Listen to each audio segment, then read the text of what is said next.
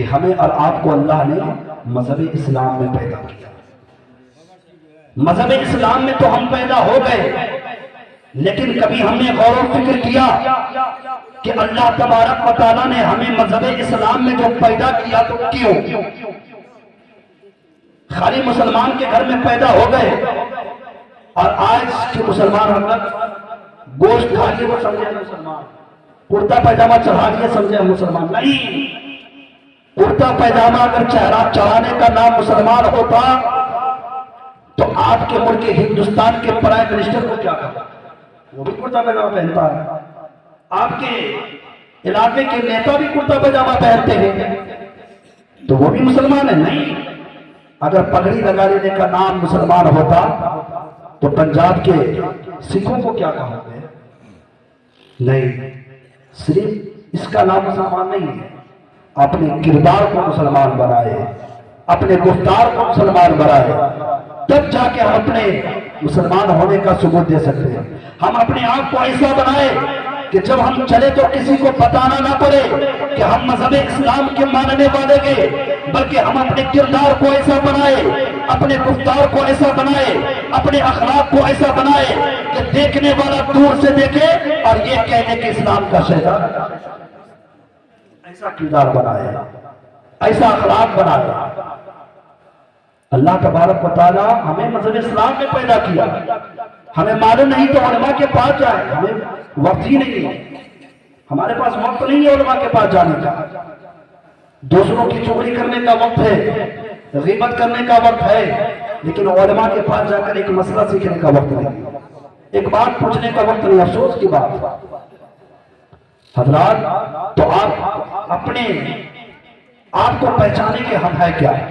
جب آپ اپنے آپ کو پہچان لیں گے تب جا کر آپ کو پتا چلے گا کہ ہمارا مقام و مرتبہ کیا ہے، تب جا کے آپ کو معلوم ہوگا.